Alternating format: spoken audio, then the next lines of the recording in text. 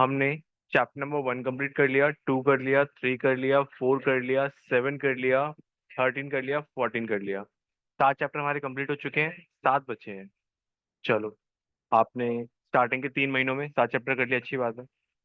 अब जो आने वाले चैप्टर्स हैं उसमें कई जगह हम प्रूविंग के क्वेश्चंस करेंगे, जहाँ पे आपको सेट पैटर्न से ही प्रूव करने पड़ते हैं। तो वहां पे आप ज्यादा वो मत करना कि सर ये कैसे करेंगे, ये क्यों करेंगे, ऐसा क्यों नहीं कर रहे, क्योंकि वो सेट पैटर्न है प्रूव करते टाइम आप, क्योंकि एक चीज दूसरे के इक्वल लेके आनी है। हाँ। सर सुनो, इधर देखो। आज हम क्या स्टार्ट कर रहे हैं? ट्राइंगल्स। ट्राइंगल्स के बारे में थोड़ी बहुत इंफॉर्मेशन आप 9th क्लास में लेके आए हो, रिगार्डिंग कॉन्ग्रुएंसी। पढ़ा था ना? कॉन्ग्रुएंसी मतलब एग्जैक्टली इक्वल। हाँ, क्या होने चाहिए? एग्जैक्टली। सर इसका मतलब ये हुआ कि दो ट्राइंगल हैं, A B C D E F. तो ए बी जो है वो इक्वल होगी किसके? ए सी जो है वो इक्वल होगी किसके? और बी सी जो है वो इक्वल होगी। ये हमने किस में पढ़ा था? कॉन्ग्रुएंसी में। सर कॉन्ग्रुएंसी में हमने 3 4 रूल्स पढ़े थे। S S S S A S A S से ए एस।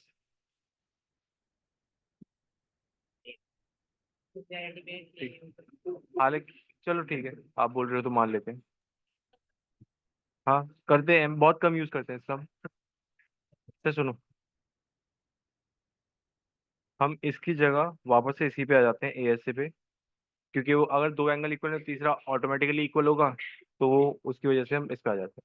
सर छोड़ो, कॉन्ग्रुएंसी हमें इतना डिटेल में पढ़ना भी नहीं है। कॉन्ग्रुएंसी हमें बेसिक पता है। होता क्या था, एग्जैक्टली इक्वल होते थे ट्राइंगल। तीनों एंगल और तीनों साइड्स का होनी चाहिए थी इक्वल। अब जो हम इस चैप्टर में पढ़ेंगे वो क्या होगी? सिमिलैरिटी। सिमिलैरिटी में एंगल्स का इक्वल होना कंपलसरी है, बट साइड्स का इक्वल होना जरूरी नहीं है, रेशियो में होना कंपलसरी है। सर मतलब क्या है, समझ नहीं आया आप? ये देखो, एक ट्राइंगल है, ये दूसरा ट्राइंगल है, A B C D E F. ये आपका 10, ये आपका 10, ये आपका 5, ये आपका 5, ये आपका 5, ये आपका 2.5। अब चेक करना क्या कॉरस्पॉन्डिंग साइड्स का रेशियो इक्वल आया है। ए बी अपॉन में डी ई 10/5 कितना आया? 2। ए सी अपॉन में डी एफ कितना आया? सर बी सी अपॉन में ई एफ कितना आया? अगर तीनों इक्वल आ गए तो वो ट्राइंगल क्या है? सिमिलर है। तीनों इक्वल आ गए तो ट्राइंगल क्या है? सिमिलर है। और तीनों एंगल अगर इक्वल हुए तब भी ट्राइंगल क्या है? सिमिलर है। सर मतलब तीनों एंगल इक्वल होने चाहिए, या तीनों साइड्स का क्या होना चाहिए? रेशियो इक्वल होना चाहिए। ठीक है। हाँ वो आएंगे जब मैं रूल्स पढ़ाऊंगा इसके, तब मैं सारे रूल्स पे आऊंगा। अभी हम सिर्फ बेसिक क्लैरिटी ले रहे हैं चैप्टर की, हमें चैप्टर में पढ़ना क्या है। सिमिलैरिटी पढ़ेंगे। सिमिलैरिटी का बेसिक मतलब समझ आया? ट्राइंगल इक्वल होना जरूरी नहीं है, बट सेम रेशियो में होने चाहिए। सेम रेशियो में होने चाहिए। ठीक है सर। इसके बाद जो हम इस चैप्टर में पढ़ेंगे, दो थ्योरम पढ़नी है हमें बेसिकली। एक चीज ये जो मैंने अभी आपको बताया, सर ये बताया तो है नहीं आपने, कॉन्ग्रेंट फिगर्स क्या होती हैं, but her similar figure congruent होती है? नहीं। हाँ। हाँ, कॉन्ग्रेंट सिमिलर होगी ये कंपलसरी है, बट सिमिलर कॉन्ग्रेंट होगी ये जरूरी नहीं है। ठीक है ना? अब ये मैंने जो ऊपर एग्जांपल दिया आपको, 10 10 5 वाला और 5 5 2.5 वाला, वो ट्राइंगल क्या थे? सिमिलर थे, बट क्या कॉन्ग्रेंट थे? नहीं, नहीं थे ना।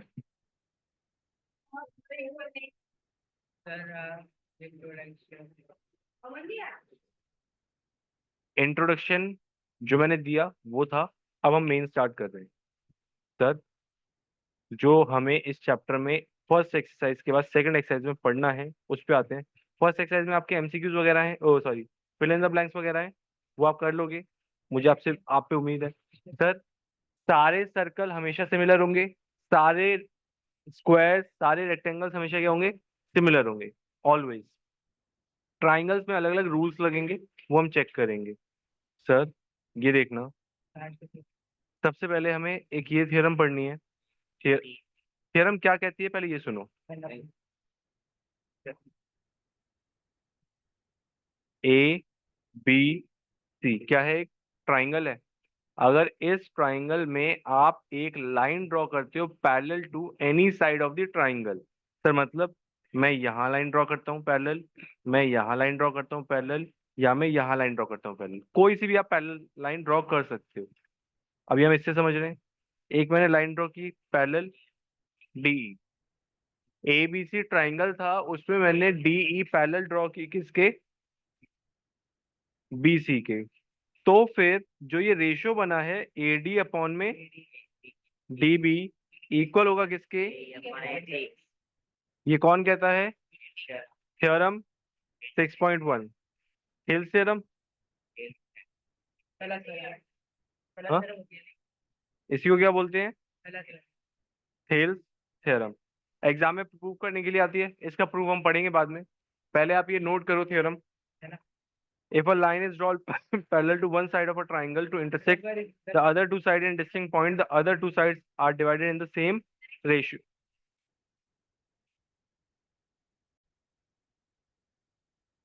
इस थ्योरम का कन्वर्स क्या होगा, अगर साइड्स रेशियो में है तो जो लाइन आपने ड्रॉ किया वो क्या है, parallel to the third side. Sir ये देखो, कहाँ गई theorem. If a line divides any two sides of a triangle in the same ratio, then the line is parallel to the third side. जो आपको ऊपर समझाया था, अगर आपने लाइन पैरेलल ड्रॉ किया तो साइड्स रेशियो में आएंगी, अगर साइड्स रेशियो में हैं तो लाइन क्या है, पैरेलल है, कन्वर्स है उसका। तो नोट करना है, जल्दी से नोट करो। ये क्या है, कन्वर्स ऑफ हेल्स थ्योरम। हाँ, बेसिक प्रोपोर्शनैलिटी थ्योरम या थेल्स थ्योरम दोनों एक ही बात है। अगर आपसे एग्जाम में क्वेश्चन पूछा जाए प्रूफ थेल्स थ्योरम या प्रूफ बेसिक प्रोपोर्शनैलिटी थ्योरम, तो दोनों सेम ही आंसर होंगे, कंफ्यूज मत हो जाना।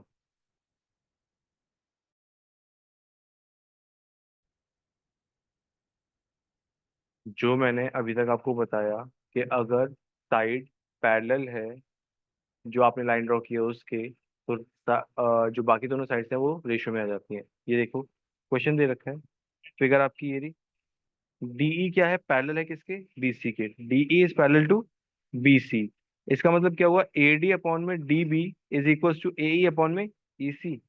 ए डी अपॉन में D B is equal to A E upon में, ए डी कितना है 1.5 अपॉन 3 इक्वल्स टू 1 अपॉन में ई सी, 1 2, ये उधर चला जाएगा, ई सी इधर आ जाएगा, तो ई सी की वैल्यू कितनी आ गई, 2 सेंटीमीटर। बस इतना है। हाँ, अगर आपसे 2 नंबर में पूछा जाएगा तो आप प्रॉपर सॉल्व करोगे, अगर एमसीक्यू में पूछा जाता है तो आप रफ में करके देख सकते हो अपना, केस स्टडी में नहीं आएगा ये। ठीक है सर, इसी की तरह सेकंड पार्ट आपको खुद करना है। सर फर्स्ट कैसे लिखना है, ये देखो, ये देखो फिगर आपको दे रखी होगी, आपको इस तरीके से सॉल्व करना है, इसी आपका आ जाएगा। हाँ, 2 नंबर का अगर क्वेश्चन आएगा तो ये पूरा लिखना है।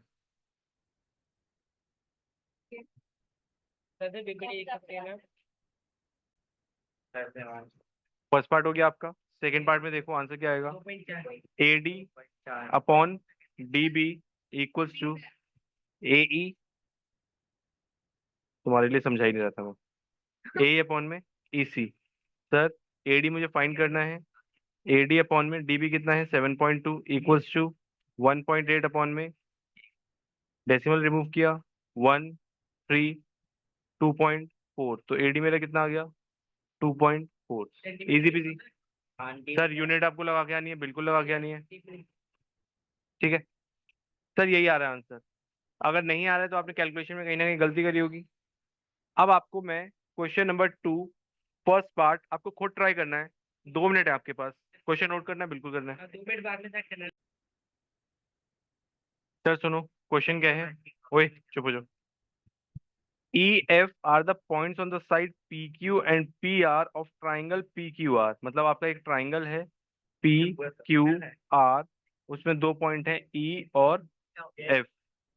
ठीक है, आप चेक करोगे कि पीई अपॉन में ई क्यू और पीएफ अपॉन में एफ आर अगर इक्वल हैं तो साइड्स पैरेलल है, अदरवाइज नहीं है। सर हाँ, ये देखो कैसे सॉल्व करेंगे। ये आपका क्वेश्चन हो गया।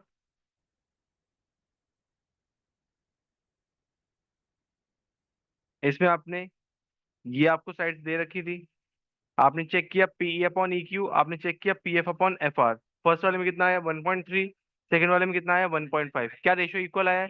नहीं आया, नहीं आया तो पैरेलल नहीं है। Sir second part, P upon में ई क्यू कितना आया 8/9, पीएफ अपॉन में एफ आर कितना आया 8/9, दोनों इक्वल है तो क्या है, पैरेलल है। थर्ड पार्ट आपका होमवर्क हो गया। है। नोट करने के लिए टाइम दे देना। सर